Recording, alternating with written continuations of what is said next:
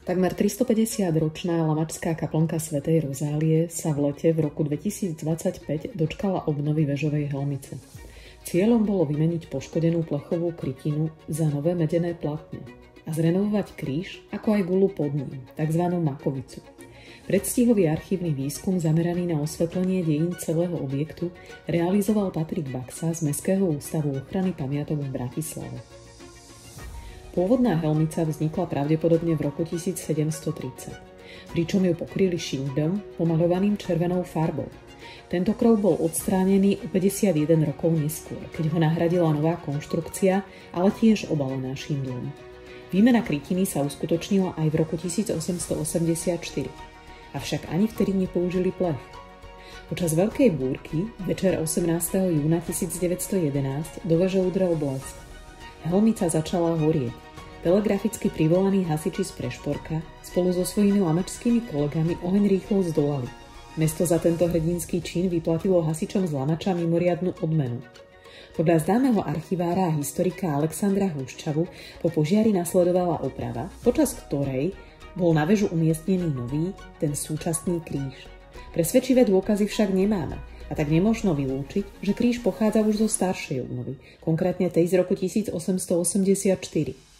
Dobové fotografie naznačujú, že ešte v prvej tretine 20. storočia helmicu pokrýval šindel. Z ďalších prameňov však vieme, že počas druhej svetovej vojny bol na streche už plech. Kedy však došlo k výmene krytiny, ostalo napriek detailnému štúdiu archívnych prameňov záhadou. Odpoveď priniesla až tohtoročná obnova. V utorok 29. júla klampiari odstránili poškodený plech a o deň neskôr bol sňatý kríž aj guľa umiestnená pod ním. Ukázalo sa, že na debnení helmice ostala zachovaná plechová tabuľka s nápisom. Síce poškodená, ale chýbajúce písmená bolo možné presne rekonštruovať.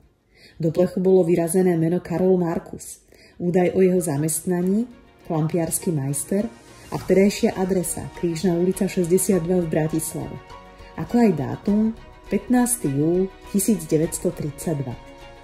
Okrem toho si na jednej doske debnenia môžeme prečítať ceruzkou zaznamenaný podpis istého tesára, údaj o jeho povolaní a vročenie 1932.